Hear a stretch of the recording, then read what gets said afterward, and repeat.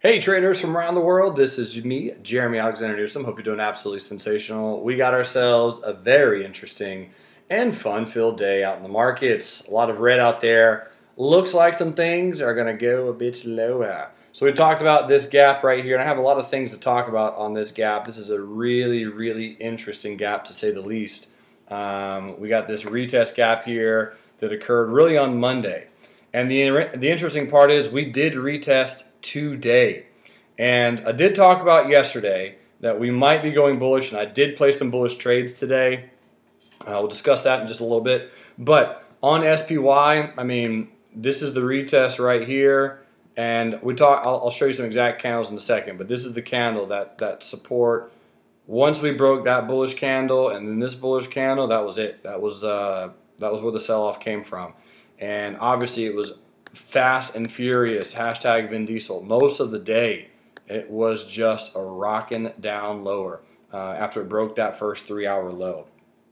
So anyway, what makes this interesting is I'm going to go to a weekly chart, and I will pull up my notes in just a second. This weekly chart, this is an evening star reversal on a weekly chart with a double gap action. So you got evening star reversal. There's a gap right there. There's a gap right there. So you have a semi-similar location on the gap, which says to me, what's today? 6/27, 6/27, 27/19.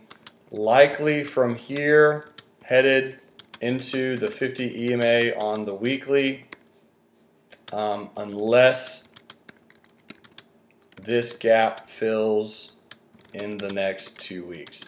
So the crazy part about that is you could see us just trade down to that 50 in the next 2 weeks. This is a little bit of a lower high. Now you have some support here. I'm not saying this is the end of the world. I'm not saying the market's going to go to zero. We're just still consolidating. We're still in a distribution phase. You have plenty of opportunities to make money. In fact, rest assured, your boy Newsom's got you covered. Let me show you what pattern I still think we're in, or at least a very similar pattern, and here you go. So remember that big sell-off in 2015? Recently I talked about that I think we were in a very similar market to this period in time. And when we got that big quick sell-off, we got all this consolidation, a lot of choppiness, we broke higher, and then we ended up rolling over again for kind of a second double bottom at second choppiness wave. Well, it seems to me, if we go back to the present day, that this pattern right here is kind of like that first double bottom. Right? There's a lot of similarities here, but there's a little bit of a double bottom. There's your really nice bullish move, and now we're going to get a rollover. And we probably do roll back down and form another double bottom, most likely. And that double bottom will create relative or maybe a little bit of a lower lows than we got in February. Now that is certainly a possibility, but I will let you all know I'm looking at going long down there if that does indeed happen. If you do have some shares, if you do have long-term investments, just look to protect them with something that rhymes with put options. So that's my thoughts on the SPY. Now I didn't trade the SPY today, but the Qs, I want to hop over to my buddy Ben really quick. So Ben, he's a new trader, just joined Real Life Trading a few days back during the open house. And he says up 3R on the day from the short because we were shorting and talking about playing the Qs bearish today. I did take 2 bullish day trades, and we'll talk about both of those today because as I mentioned yesterday, we could easily bounce off of the 50 on the Qs. This could be it, right? So there's the 50 EMA. So boom, and this could easily bounce. So I did play some bullish trades. We'll talk about that in just a second. But here's the Qs on the daily chart. And here's the hourly. And what's important about this hourly time frame, and I'll show you the reason for this box in just a second. But if I hide the moving, I just turn the moving averages off and just look at pure candles. So you had a bullish gap and go, right? These black candles. You had a bullish gap and go, gapped up, played some bullish trades, traded down, and you had this small white candle which filled the gap. Now keep in mind, if I turn on the moving averages again, right, we're below them on the hourly. It's a retest of a retest gap. Remember that. I mean, we talked about that on Monday. Monday was a phenomenal day, but it was a bearish retest gap. We did retest, and this was the area that we needed to bounce if we're going to form an S-curve because you had a beautiful bullish candle right there, and it just did not happen. So I mentioned earlier in the morning day trading room, if we take out that low, all hands on deck for the bears, at least just for today. Now, Of course. Could we trade right back down? We're at the same lows that we were at Monday. Could we bounce again? Sure. Will we? That part I do not know. Probably for a day or two, but my thoughts from here on the Qs is we do go a little bit lower. We never actually hit the 200. Some of you might remember that. We never actually hit the 200. But I could see with the volume coming in, we could get a little bit of a retest tomorrow, and we could easily continue lower on the Qs.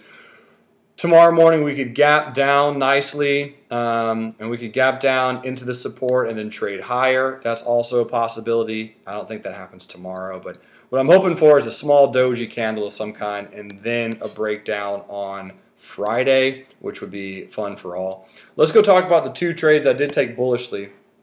Now, my buddy Mauricio did make some R's on Netflix, but again, this is a pretty interesting and slightly bearish pattern here on Netflix. White candle gapping up, you have like this evening star-ish type of pattern, and then it gapped down. Now, the gap did fill.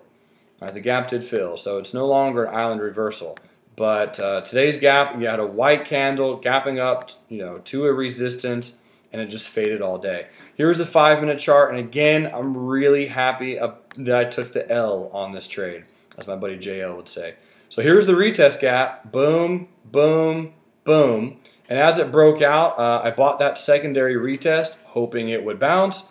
Womp, womp, womp, womp. Did not bounce at all, not even remotely. So loss on that trade. And here's the support. Should have gotten back in bearish, but anyway, did lose on Netflix. Let's talk about the one I won on, though. Tesla. So I did play Tesla bullish. I'm really happy about how I exited Tesla. I feel good about it. So we played Tesla bullish, did win on this trade, and we got in bullish on the pullback about here, had the stop down about here, moved the stop up to right there, and then exited at this resistance right there. So resistance, boom, boom, and that was because I started seeing the Qs tanking. So here's the Qs. I'll go back to that. I'll show you the 5-minute candle. I was like, nope, going to exit Tesla. It was this candle right here. This tweezer top. What? Look at this tweezer. So as soon as I saw this candle pattern come in, right, tweezer top on the Qs, I was like, come on, guys. Let's take the small W on Tesla. Very small, like half an R. And yeah, move on. So anyway, if you're keeping track, you'll notice that I'm still in the red so far on the day. So then we took Sonic, S-O-N-C, and Sonic was a perfect bearish gap and go that did not gap and go. It opened at the 20 EMA. That's what that purple line represents, is the 20 exponential moving average. I played this one on the 1-minute chart. So here's the 1-minute time frame, and I'm really happy about how we played this one. I truly am. We could not have played this one really any better. So this 1-minute candle got in on the retest. We shorted it there with a stop above there. Exited a quarter of the position there. Exited another quarter of the position there. And then I was so close to exiting the rest there, but somehow I talked myself out of doing that, and I exited the other half there for a small loss. So I lost 0.3 Rs on Sonic, which was a little upsetting, but man, that could have been so much worse. I don't know how Sonic gained that much traction, but it really did. So anyway, SONC, that was a loss. Now let's go to one of the winners for the day, BZUN. And BZUN had this was brought to me by my buddy Jordan. He was chatting with me in TradingView right here, Mr. Frosty. And anyway, 1.7 Rs on BZUN. So he was kind of feeding me this trade, so thanks, Jordan. Here's the 5-minute chart, and well, actually, let me go over here to the daily. So the daily chart, that's the hourly. Daily chart, you had this white candle gapping down. So I did talk about yesterday, as I mentioned earlier, I was talking yesterday in the afternoon swing trading room that today's candle, we could see a very nice bullish day or a very nice bearish day. Neither one would surprise me. BZUN, we actually just gapped down strongly, and we're coming into that 100 simple on Bazoon. So this one did hit one of my targets, and I think next stop is the 100 simple. So keep your eyes on a little bit more bleeding, ladies and gentlemen, most likely. But here's how we played it on the 5-minute. I'll come into the worksheet. Again, this is the worksheet that everyone who subscribed during the free week got access to. Going to click on this, and this was the setup. 53.03 by 53.67. If we come back over here, go to the 5-minute chart. Here's the entry. Like I was talking about. There was the stop, and good trade. So BZUN, that was the other winner. So that was pretty much thoughts on the day as far as day trading. I did not have tons of requests today, but let me pull those up. I did have some. I don't remember exactly what they are. Popping over here. Okay, JD.com. Hi, my name's JD with JD.com. Here's the 2 lines on JD, and we had a beautiful move. Tamar got it. So beautiful move, bounce off of support. Pink line came down, and as I was drawing the pink line, I mentioned, hey, this is a level for us to bounce off of. And if we don't, I drew the blue line. So this is back on the 22nd. This was on Friday. So all of you were there and able to watch me do that analysis on JD last week. But this was a very important pivot right at both long-term moving averages. And the analysis was it's either going to bounce off of their pink line or it's going to play the blue line. So the blue line is the blue line special. I think she's going to come down to back to the 36 area, which is the 100 simple on the weekly, and you'll get one more shot playing JD.com bullish. But I think that's where we're going to on that one. Here's Citigroup. And Citigroup, my buddy Adam's looking at playing this one. Here's the 100 simple moving average, and I could remove that target. We're not going to hit that. 64.08 is the 100 simple on a weekly. We have not hit it yet, but we've gotten very close. You do have a pretty decent hammer candle today on Citigroup. Some people are looking at picking up the stock as kind of like a buy low, sell high. And the good news is we can see it is kind of in an S-shaped pattern. So you have like a 1, 2, some kind of wave 3, possible wave 4, potential wave 5. Right? So buying low into this area makes sense, and it's probably a longer term play, and then obviously maybe accumulating some at 60, but I do see it as a longer term, if anything. Deutsche Bank just getting shredded. So DB tried it bullish, did not work. Simple as that. Sometimes it works, and sometimes they don't. Beautiful hammer candle, phenomenal volume. You got to trade it bullish. You got to at least try. Man, oh man, I'm really, really impressed to see how low Deutsche Bank is going to go, because this is such a good support, and this is leading the way for the markets, on DB. There was a trader posted a theory on YouTube, which does make sense for that to happen. So let me actually hop over here and see if I can find that theory. Scroll down. I think it was Tamar. So Tamar, there we go. I'm going to just press pause on that. And here's the theory. I want to know what you think. U.S. bank stocks have been really weak as of late. It looks like they might be trying to bottom. I think they might go down one last time tomorrow, maybe rally end of day today. Then on Thursday evening, the Fed is announcing the bank stress test results. They will probably pass and allow them to buy back shares or prop up bank stocks. We will see.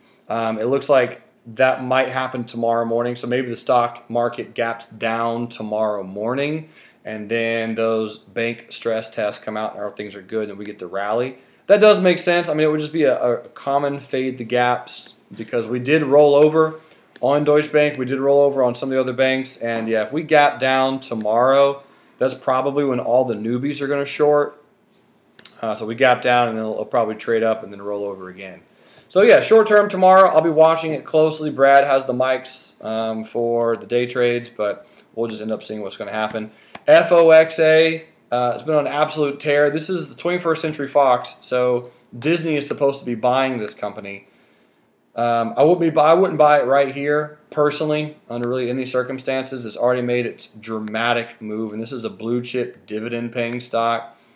So, yeah, if you're not already in on FOXA, yes, today's candle does look a little bit bullish, but there's no way I'm buying up here, especially if they don't get bought out by Disney and the news is like a no, then you would see it really pull back and most likely fill these gaps all the way back down to 40. So FOXA, if you did get lucky enough to catch this breakout, and I was not that lucky, but if you did catch this breakout back in here in mid-June, congratulations, you rode up a storm. But for right now, I don't see any play on 21st Century Fox.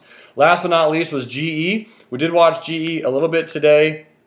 And what's interesting about this one is it formed a perfect bear trap. So I was talking about this one this morning. You had a bunch of newbies, I'm sure, just shorting right there, thinking, oh, this is the time to short. The break of a support, the Dow, you know, it's kicking off General Electric. After it went from 1550 to 1275, almost 3 points, you know, 20% drop. So anyway, not the time to short, right? So you have some shorts who are trapped. You got a really good bullish gap and go yesterday, and we did have a little bit of a continuation higher.